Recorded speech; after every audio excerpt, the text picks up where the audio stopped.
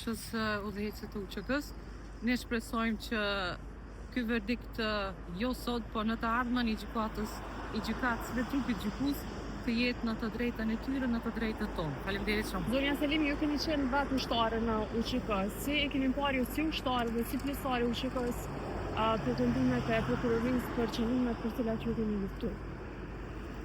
Kjo gjykatë ka qenë e padrejtë që prej fillimit, e padrejtë që është themelu, e padrejtë që është zgjuar në Kosovë, e padrejtësisht po e gjykon Kosovën dhe luftën tonë.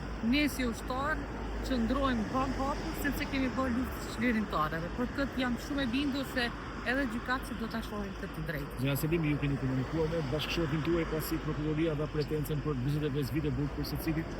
Po kemi komunikuar dhe nuk është pritur gjë më e mirë për kësaj gjykate përveç se ajo shumë që ata pretendojnë se duhet të dënohet, mirë po atë numër të dënimit nuk do ta pranojë gjykata dhe nuk e besoj që do të jetë ajo shifër e dënimit, sepse unë pres që ata të lirohen. Faleminderit.